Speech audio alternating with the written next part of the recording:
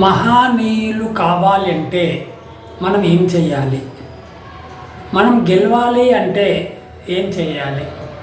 ప్రతి వారు అద్భుతంగా మహానీయులు కావాలని, మనల్ని అందరూ గౌరవించాలని ప్రతి వారు అనుకుంటారు. అనుకోవడంతో ఆగిపోయేవారు ఎంతోమంది, కానీ అనుకున్నవారు కొంతమంది అయినా తమ గమ్యాన్ని, తమ లక్ష్యాన్ని గీసి వాళ్ళు పెట్టుకొని దాన్ని సాధించడానికి ప్రయత్నం చేస్తారు. అలాంటి వాళ్ళే వాల్మీకి. ఉదాహరణకు తీసుకున్నట్టయితే మన వాల్మీకి ఉన్నాడు, మహాకవి మహర్షి వాల్మీకి. వాల్మీకి పూర్వ చరిత్రలో అతని నామం రత్నాకరుడు అని కొందరికీ తెలుసు.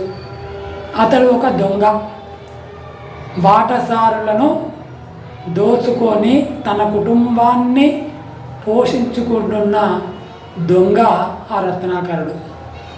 మరి రత్నాకరుడు లాంటి వాడు మహర్షి కావడం ఏమిటి, వాల్మీకి కావడం ఏంటి అని మనకు ఒక ప్రశ్న ఉత్పన్నం అవుతుంది.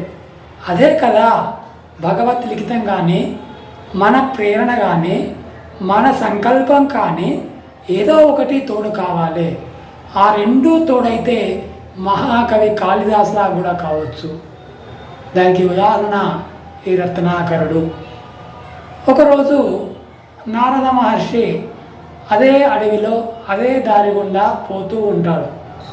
పోతూ ఉంటే రత్నాకరుడు వచ్చి పట్టుకొని, డబ్బుది ఎంత ఉందో తీయి, నా దగ్గర ఏం లేదని అంటాడు. లేదు ఉంటుంది, మనిషి అన్న వాడి దగ్గర తప్పకుండా రత్నాలు, వైడూర్యాలు, వజ్రాలు, వైడూర్యాలు, డబ్బు ఇవన్నీ ఉంటాయి, ఆ ఉన్నవాటి తీయి అని కత్తి పెట్టి ఆపి కట్టేసి ఏమేమో చేస్తాడు. చివరికి నారద మహర్షి, సరే నేను ఒక క్వశ్చన్ అడుగుతాను, అది నువ్వు అడిగిరా, అడిగితే నేను ధనం ఇస్తాను అంటాడు.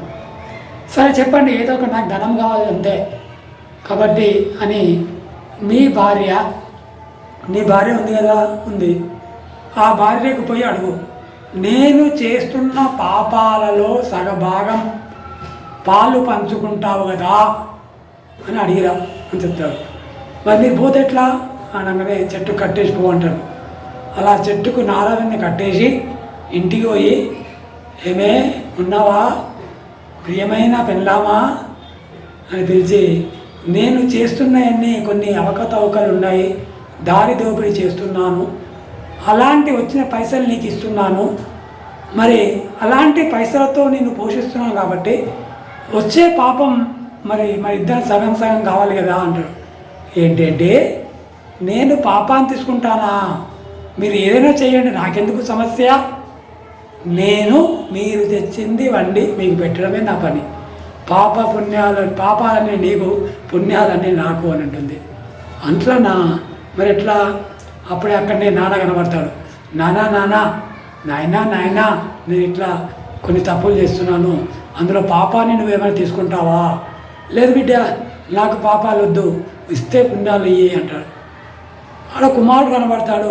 ఆ కుమారుని కూడా అడతాడు, ఏరా బిడ్డ, మరి నేను తప్పులు చేస్తున్నానట, నాకు పాపాలు వస్తాయట, ఆ పాపాలను నువ్వు తీసుకుంటావంటే, నాన్న నాకెందుకే పాపాలు, నువ్వు పెడితే తింటా లేకుంటే పంట అంటాడు. దానితో ఆ రత్నాకరుడు తల తిరిగి పోయింది. ఈ నారద మహర్షి కట్టేసినారికి వచ్చి ఈ కట్లు విప్పేసి కాళ్ళ మీద పడతాడు. అయ్యా, నేను ఇందులో చేసిన మార్గం సన్మార్గం అనుకున్నాను, ఇంత తప్పు ఉంటుందని నేను అనుకోలేదు, నన్ను ఎట్లాగూ సన్మార్గం చేయండి, అది మీరే, నీట ముంచినా మీరే, పాలన ముంచినా మీరే అని కాళ్ళు పట్టిన పట్టు వీడు. సరేలేవు బిడ్డ, నేను ఒక మంత్రం చెప్తా చేయంటే, శ్రీరామ శ్రీరామ అని అంటే వెనక ఆరాదు. అరే ఇంత పదం కూడా రాకపోతే ఎట్లా బిడ్డ అని చెప్పి 2 మర్రి చెట్ల మధ్య కూర్చుని పెడతాడు. ఆ మర్రి రామ రీమ అంటాడు. అలా అంటూ కొన్ని సంవత్సరాలు కలిసినాయి. శరీరం మీద వాల్మీకం పుట్టలే కలిసినాయి. ఆ పుట్టలోకి వెళ్ళి వచ్చిన వాడే వాల్మీకి. ఆ వాల్మీకి మనకి ఏం చేసిండో మహాభారతంలో, రామాయణము అన్నీ రాసి ఎంత వాడేంటో తెలుసు. మరి ఇప్పటి పిల్లలకు ఇలాంటి లక్ష్యం ఏమైనా ఉందా? మీరు చేసే మంచి పనులు ఉన్నాయి అనుకుందాం, అవకతవకలు లేవు అనుకుందాం, కానీ లక్ష్యం ఏది? ఆ లక్ష్యాన్ని ఎవరైతే సాధించుకుంటారో, ఎవరైతే వాళ్ళే పెట్టుకుంటారో, అలా పెట్టుకున్న వారు మాత్రమే వాల్మీకిలాగా మహర్షి కాగలుగుతారు, మహా గొప్ప వాళ్ళు కాగలుగుతారు. యదా చిత్తం తదా వాచ తథా క్రియా చిత్తే వాచి క్రియాయాంచ సాధూనామేకరూపత. యథా చిత్తం తదా వాక్కు తదా క్రియ చిత్తే వాచి క్రియాయాంచ సాధూనామేకరూపత.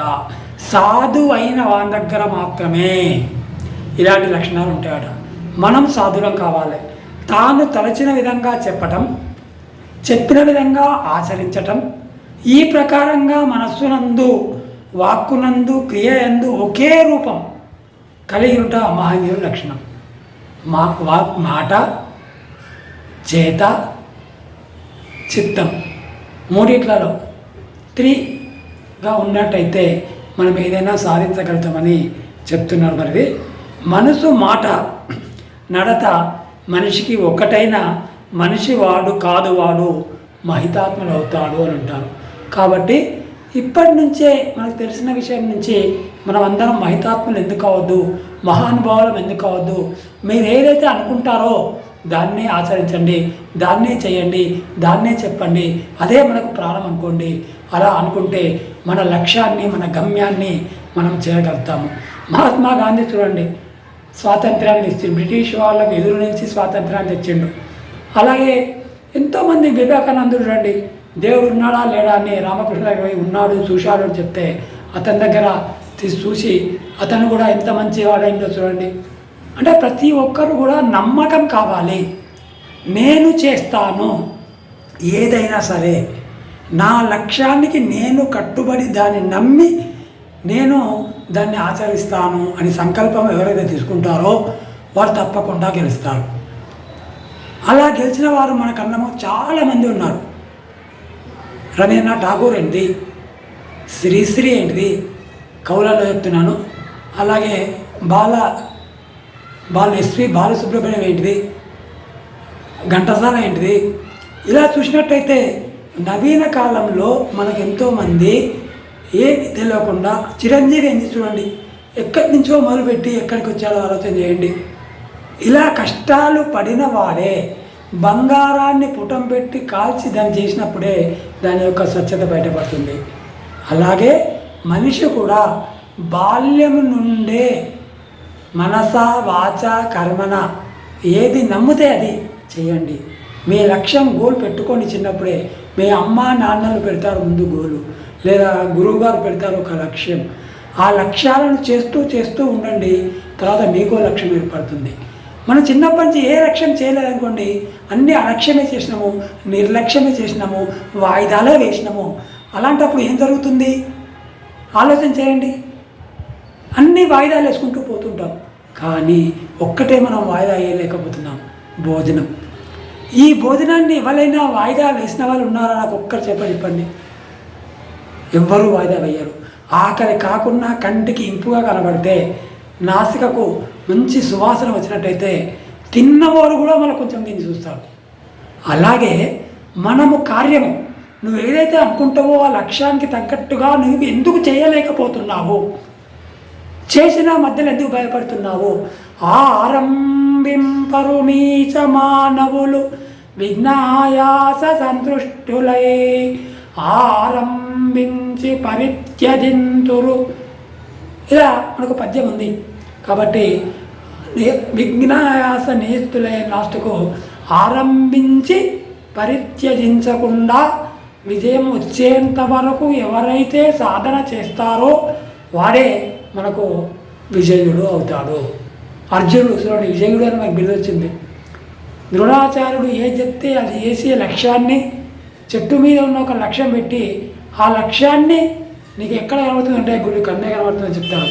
ధర్మరాజు కానీ, భీముడు కానీ, దుర్యోధనుడు కానీ ఎవరు చెప్పలేకపోతారో దాన్ని అర్జునుడు ఛేదిస్తాడు.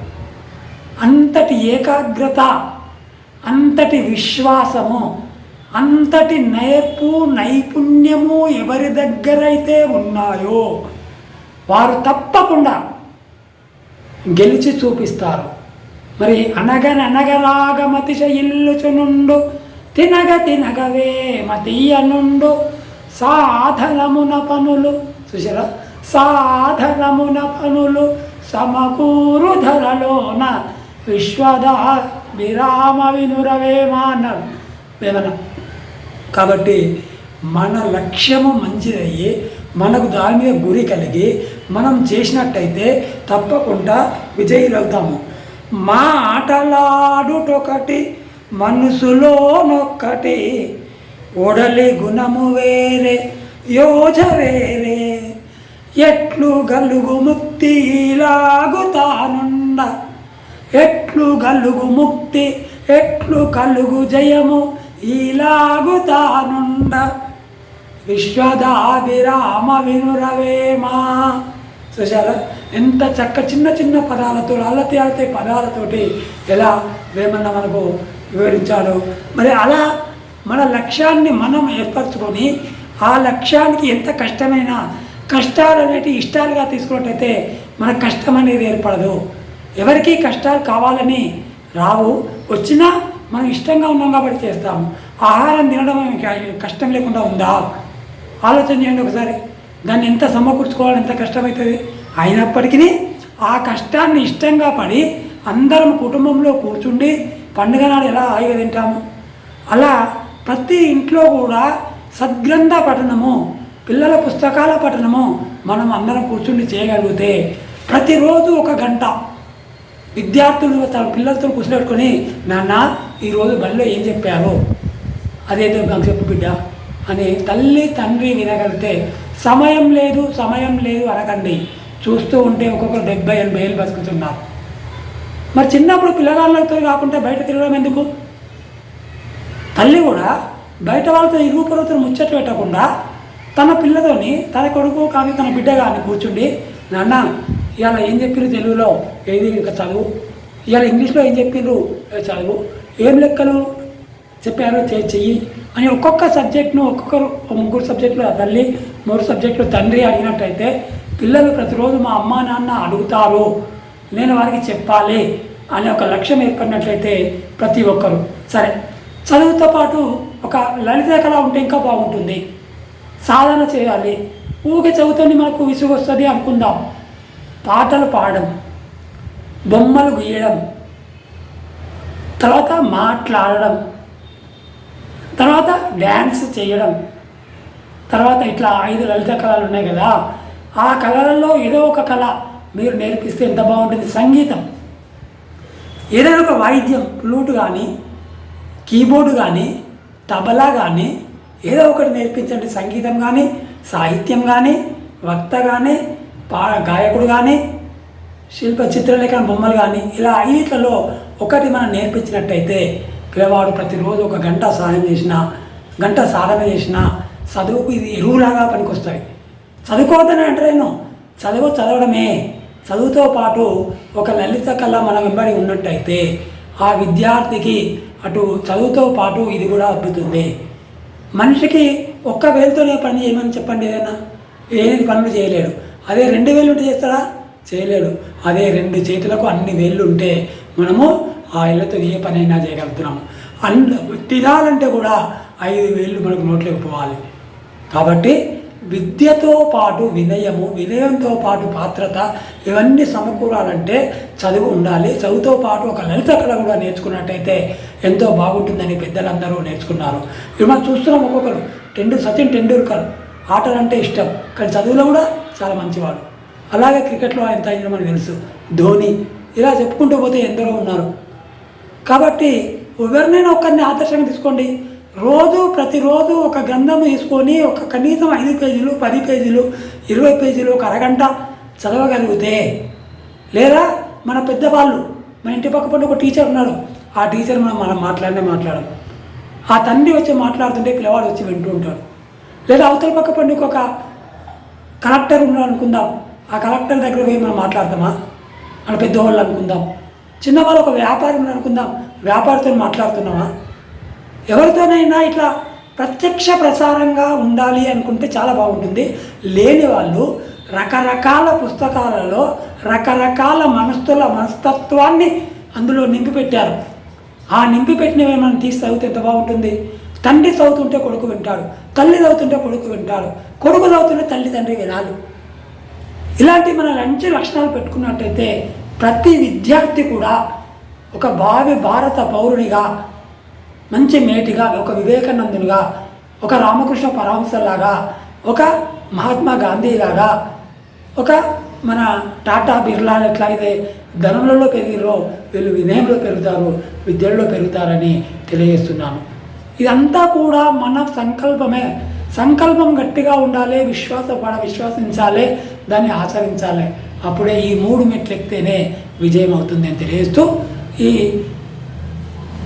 వీడియో మీ అందరూ నచ్చుతుందని నాకు తెలుసు. కాబట్టి దీన్ని విని 10 మందికి సబ్స్క్రైబ్ చేసి 10 మందికి షేర్ చేస్తారని ఆశిస్తున్నాను. ఇది పెందోట మాటలో ఒక ఆణిముత్యంలాగా ఉంటుందనేది జగమెరిగిన సత్యము. పెందోట వెంకటేశ్వర్ల నుంచి ఇలాంటి వీడియోలు ఇంకా కావాలంటే మీరందరూ షేర్ చేస్తే నేను తప్పకుండా ఇంకా మంచి మంచి వీడియోలు చేస్తారని తెలియజేస్తూ ముగిస్తున్నాను. అందరికీ కృతజ్ఞతలు, ధన్యవాదాలు.